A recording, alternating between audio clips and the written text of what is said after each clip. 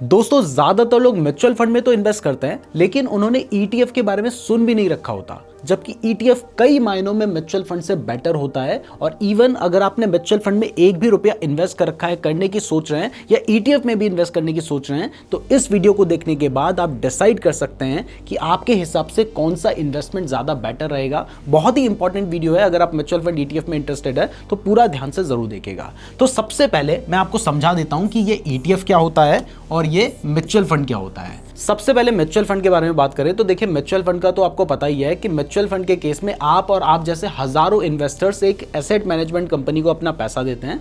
वो कंपनी अपने हिसाब से स्टॉक मार्केट में या अलग अलग जगह पे उस पैसे को इन्वेस्ट करती है। उसके ऊपर जो भी रिटर्न्स वो कंपनी कमाती है उसमें से थोड़ा बहुत कमीशन चार्ज करके आपको वो पैसा दिया जाता है और वो आपको एनएवी की फॉर्म में दिखाई देता है। जबकि अगर ईटीएफ की बात करें तो ये बास्केट ऑफ स्टॉक्स है, यानी इसमें काफी सारे स्टॉक्स होते हैं और ये क्या करते हैं, इसका एक नाम होता है जो कि स्टॉक मार्केट में ट्रेड होता है। तो जैसे आप किसी स्टॉक को खरीद सकते हैं वैसे ही आप ईटीएफ को भी खरीद सकते हैं। जबकि म्यूचुअल फंड को आप या तो एसआईपी के थ्रू खरीदेंगे या फिर आप लमसम इन्वेस्टमेंट करेंगे, जो कि आप डीमैट अकाउंट के थ्रू भी कर सकते हैं या फिर आप एसेट मैनेजमेंट कंपनी के थ्रू भी कर सकते हैं। तो ये बेसिक चीजें हैं, बेसिक डिफरेंस है। लेकिन एक्चुअल डिफरेंस निकल कर आता है जब आप इन दोनों में इन्वेस्ट करेंगे तो आपको फायदा क्या होगा, नुकसान क्या होगा। तो सबसे पहले अगर आप म्यूचुअल फंड में इन्वेस्ट करते हैं तो यहां पर एक एनएवी होती है, मतलब उसकी जो प्राइस होती है उसको एनएवी कहा जाता है। अब ये एनएवी किस बेसिस पे डिसाइड की जाती है, तो देखिए, आज अगर आप मान लीजिए इन्वेस्ट करते हैं शाम 3 बजे से पहले, तो इस केस में म्यूचुअल फंड कंपनी ने जिन भी स्टॉक्स में इन्वेस्ट कर रखा होगा उसका उन्होंने कैलकुलेट करके एक प्राइस निकाला होता है जिसको एनएवी बोला जाता है। तो अगर आपने 3 बजे से पहले इन्वेस्ट कर दिया है तो इस केस में आपको सेम डे पे जो भी एनएवी हो गई वही, मतलब मार्केट क्लोज होते हुए जो एनएवी मिलेगी वही आपको मिल जाएगी। लेकिन अगर मान लीजिए आपने 3 बजे के बाद इन्वेस्ट किया, आप 3 बजे के बाद, मतलब 3:02 पे, 10 मिनट पे, 3:30 बजे के बाद आप इन्वेस्ट करते हैं, तो इस केस में आपको नेक्स्ट डे की एनएवी मिलती है। मतलब मान लो आज मार्केट गिरा था, आज आप इन्वेस्ट करना चाह रहे थे लेकिन आप 3 बजे से ज़्यादा हो चुका है, तो इस केस में आप जब इन्वेस्ट करेंगे तो वहाँ पर अब नेक्स्ट डे जो मार्केट होगा आपको उस हिसाब से एनएवी मिलेगी। यानी यहाँ पर जो प्राइस होती है ये म्यूचुअल फंड कंपनी अपने हिसाब से उसको कैलकुलेट करती है।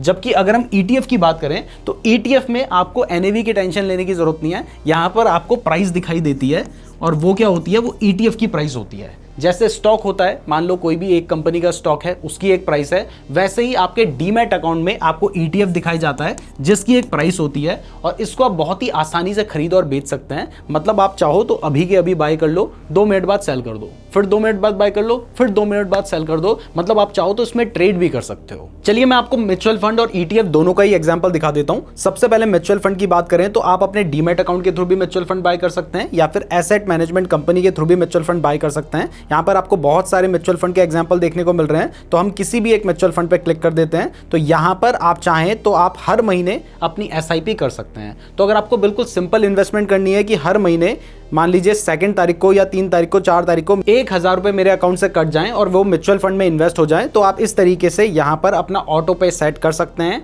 जैसे ही वो पर्टिकुलर डेट आएगी ऑटोमेटिकली आपके अकाउंट से पैसे डिडक्ट होंगे और म्यूचुअल फंड में इन्वेस्ट हो जाएंगे। इसके अलावा अगर मान लीजिए आप लमसम इन्वेस्टमेंट करना चाहते हैं तो वो भी आप इस केस में कर सकते हैं। मतलब अभी आपके पास ठीक ठाक पैसे हैं, आप एक साथ म्यूचुअल फंड में डालना चाहते हैं तो वो आप डाल सकते हैं।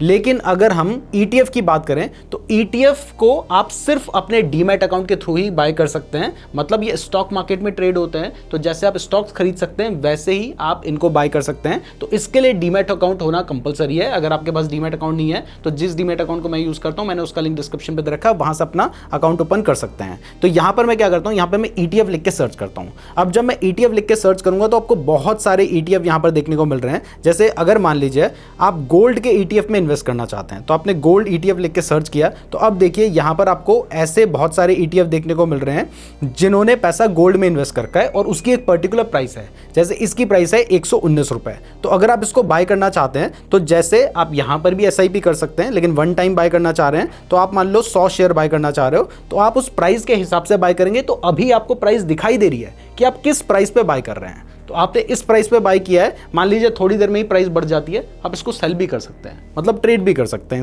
इसमें कोई भी एग्जिट लोड भी नहीं होता है, ये भी मैं आपको आगे समझाऊंगा। तो यहां पर आप शेयर्स की तरह इसको बाय कर पा रहे हैं। इवन इंट्राडे में बाय करेंगे तो सस्ता भी पड़ जाता है, लेकिन अभी मार्केट क्लोज है तो आप देख रहे हैं डिलीवरी में आप जितनी क्वांटिटी चाहें उतनी क्वांटिटी बाय कर सकते हैं। तो एक प्राइस ऑलरेडी सेट है। यहां पे मैंने आपको गोल्ड का ETF एग्जांपल दिखाया था।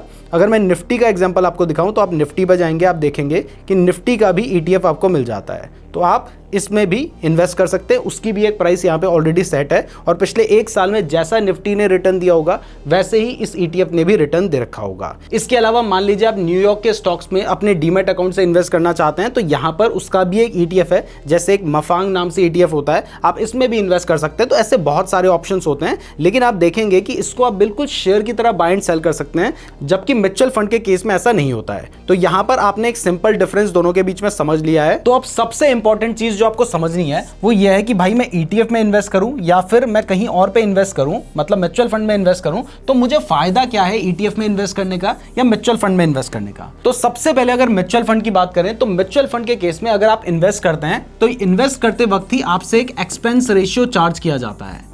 मतलब देखो, आप अपना पैसा एक म्यूचुअल फंड कंपनी को दे रहे हैं और वो इन्वेस्ट कर रहे हैं, तो कुछ ना कुछ तो कमीशन वो चार्ज करेंगे। तो वो जो कमीशन आपसे चार्ज करते हैं उसको एक्सपेंस रेशियो कहा जाता है। और ये जो एक्सपेंस रेशियो है ये लगभग 1% से लेके 2.5% के बीच में हो सकता है। बहुत ही रेयर केस में अगर आप इंडेक्स फंड वगैरह में इन्वेस्ट करते हैं तो ये 1% से कम होगा, अदरवाइज 1% से लेके 2.5% होगा। इसका मतलब यह है कि अगर मान लीजिए आपने मार्केट में 1 लाख रुपए इन्वेस्ट किए हैं, तो आपने तो अपनी जेब से 1 लाख रुपए दिए हैं, लेकिन क्योंकि वहां पर उनका कमीशन भी है, तो अगर 1% का भी वो कमीशन लेते हैं तो वो 99,000 रुपए आपकी तरफ से मार्केट में इन्वेस्ट करेंगे, 1,000 रुपए उनका कमीशन होगा। जबकि अगर 2.5% है तो फिर 2,500 रुपए के आसपास उनका कमीशन होगा, और जनरली 1.5 से 2% के आसपास रहता है। बहुत रेयर केस में 2.5 होगा और बहुत रेयर केस में ही 1% के आसपास आपको एक्सपेंस रेशियो देखने को मिलेगा।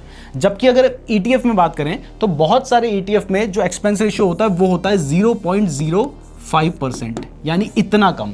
और बहुत रेयर केस में ही आपको 1% के आसपास देखने को मिल सकता है। जनरली इससे भी कम ही आपको एक्सपेंस रेशियो देखने को मिलेगा। यानी अगर मैं आपको एवरेज बताऊं तो वो 0.5% के आसपास हो सकता है। तो यहां पर अगर आप ETF में इन्वेस्ट करते हैं तो इस केस में अगर आपने 1 लाख रुपए डाले हैं तो 99,500 रुपए आपके मार्केट में इन्वेस्ट होते हैं। ऑल्दो आपको जो अमाउंट पूरा दिखाया जाता है वो पूरा ही दिखाया जाता है, क्योंकि यहाँ पे शेयर्स की जो प्राइस होती है वो पहले से डिसाइडेड होती है, तो आपको पता होगा कि आप किस प्राइस पे बाय कर रहे हैं।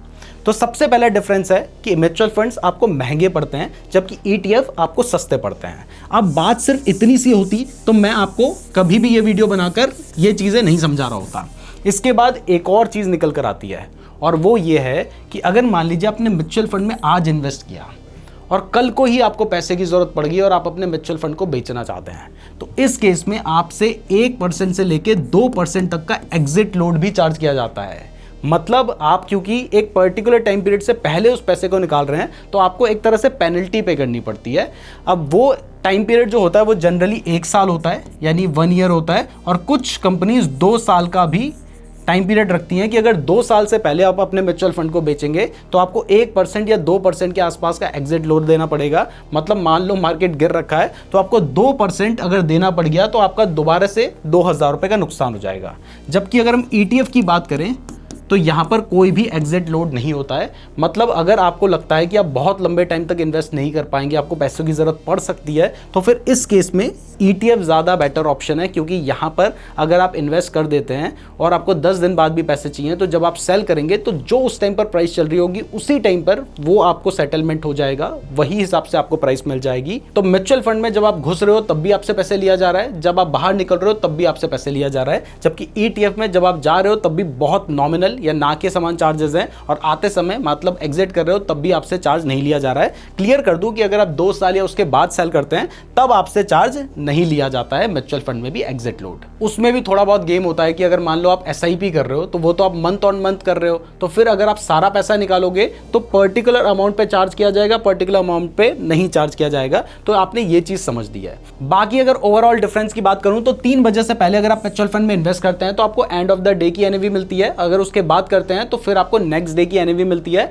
जबकि ETF में आप बिल्कुल स्टॉक्स की तरह रियल टाइम में उसको बाय कर सकते हैं। आपको जो प्राइस दिखाई दे रही है उसी प्राइस में आप इसको बाय कर सकते हैं। यहां पर आप 500 से 1000 रुपए में इन्वेस्टमेंट कर सकते हैं, जबकि यहां पर शेयर की प्राइस होती है, जैसे अगर मान लीजिए किसी की प्राइस 200 रुपए है तो आप 200 में ही बाय कर पाएंगे। 2 क्वांटिटी लेनी है तो फिर आपको 400 रुपए देने होंगे। इस तरीके से आप उसको बाय कर सकते हैं, क्योंकि शेयर्स की फॉर्म में बाय किया जाता है। तीसरा बात करें तो यहां पर मैंने आपको बताया कि इसमें जो एक्सपेंस रेशियो होता है वो ज्यादा होता है, क्योंकि ज्यादातर जो म्यूचुअल फंड्स होते हैं उनको एक्टिवली मैनेज किया जाता है, और यहां पर ये जो एक्सपेंस रेशियो है ये 1% से लेके 2.5% के आसपास रहता है, जबकि इसमें जो एक्सपेंस रेशियो होता है वो ऑलमोस्ट नेग्लिजिबल कह सकते हैं कि 0.05% से लेके बहुत रेयर केस में आपको 0.5% तक का देखने को मिल सकता है। डाइवर्सिफिकेशन की बात करें तो दोनों ही डाइवर्सिफाइड होते हैं। जैसे अगर आप म्यूचुअल फंड में इन्वेस्ट करेंगे तो वो भी बहुत सारे स्टॉक्स में आपके पैसे को इन्वेस्ट करेंगे, जबकि अगर आप ETF में इन्वेस्ट करेंगे तो वो भी एक स्टॉक्स का बास्केट है। जैसे अगर आप मान लीजिए हेल्थ केयर से रिलेटेड किसी सेक्टर में इन्वेस्ट करना चाहते हैं तो आप उससे रिलेटेड ETF में इन्वेस्ट कर सकते हैं। तो वो पूरा एक बास्केट है। आपको पता है आपने पैसा हेल्थ केयर में लगा रखा, अगर हेल्थ केयर सेक्टर अच्छा परफॉर्म करेगा तो आपका पूरा ETF अच्छा परफॉर्म करेगा। बाकी लिक्विडिटी की बात करें, जो म्यूचुअल फंड्स होते हैं उनको थोड़ा सा बेचना मुश्किल होता है, उनके रिडेम्पशन प्रोसेस के ऊपर डिपेंड्स करता है, उसमें एग्जिट लोड भी लगाया जाता है। जबकि जो ETFs होते हैं इनको आपने अभी खरीदा, 5 मिनट बाद बेच दो, 5 मिनट बाद फिर खरीद लो, फिर बेच दो, आप आराम से बाय एंड सेल कर सकते हैं। आपको बस सिंपली ब्रोकरेज देनी होगी, जो कि आपके डीमैट अकाउंट के ऊपर डिपेंड करता है कि वो कितनी ब्रोकरेज चार्ज करते हैं। यहां पर जो फीस होती है वो मैंने आपको बताया, एंट्री भी होती है, एग्जिट भी होती है, जबकि यहां पर आपको पर ट्रेड के हिसाब से आपकी ब्रोकरेज बनती है। लॉन्ग टर्म के लिए बाय करते हो तो बहुत सारे जो कंपनीज हैं वो चार्ज भी नहीं करती। मैनेजमेंट की बात करें तो म्यूचुअल फंड एक्टिवली मैनेज होते हैं। ज्यादातर म्यूचुअल फंड्स में बार बार चेंजेस करते रहते हैं, जबकि ये पैसिवली मैनेज होते हैं। इनमें एक बार एक इंडेक्स बना के रख दिया जाता है जिसमें कुछ पर्टिकुलर स्टॉक्स हैं वो उसी तरीके से परफॉर्म करते हैं। कॉम्प्लेक्सिटी की बात करें तो म्यूचुअल फंड्स कह सकते हैं कि थोड़ा सा बिगनर्स के लिए सिंपल होते हैं, क्योंकि एक बार आपने SIP लगा दी उसमें ऑटोमेटिकली इन्वेस्टमेंट हो रही है। आजकल बहुत सारे डीमैट अकाउंट है जिसमें आप इनमें भी SIP लगा सकते हैं, मतलब ETF में भी आप चाहें तो आपने SIP लगा दी, वहां पर भी पेमेंट हो सकती है। लेकिन नॉर्मली ETFs में आप SIP नहीं लगा सकते थे, आजकल पॉसिबल हो चुका है। तो कह सकते हैं एक तरह से ये भी सिंपल है, और यहां पर आपके पास आसान होता है कि आप जब चाहे इसको सेल कर सकते हैं। आपके डीमैट अकाउंट के पोर्टफोलियो में दिखाई देता है, तो आप आसानी से उसको ट्रैक भी कर सकते हैं। तो ये दोनों के बीच में डिफरेंस है। अब आपके ऊपर है कि आपको लगता है कि आप ETF में इन्वेस्ट करेंगे क्योंकि आपको सही NAV दिख रही है, आपके ऊपर कोई एग्जिट लोड नहीं लगेगा, एक्सपेंस रेशियो भी बहुत हाई नहीं है, तो ये आप डिसाइड कर सकते हैं। आपको म्यूचुअल फंड सही लगता है तो वो भी आपको जैसा ठीक लगे आप अपने हिसाब से इन्वेस्ट कर सकते हैं, क्योंकि ये वीडियो तो सिर्फ एजुकेशनल पर्पसेस के लिए है। अगर आप म्यूचुअल फंड में इन्वेस्ट करने के लिए, ETF में इन्वेस्ट करने के लिए डीमैट अकाउंट ओपन करना चाहते हैं तो लिंक डिस्क्रिप्शन पे रखा है। अगर आप क्रिप्टो में इंटरेस्टेड है, क्रिप्टो ट्रेडिंग करना चाहते हैं तो आप ये वाली वीडियो देख लीजिएगा। म्यूचुअल फंड के बारे में डिटेल में जानना है तो ये वाली वीडियो देख लेना। धन्यवाद।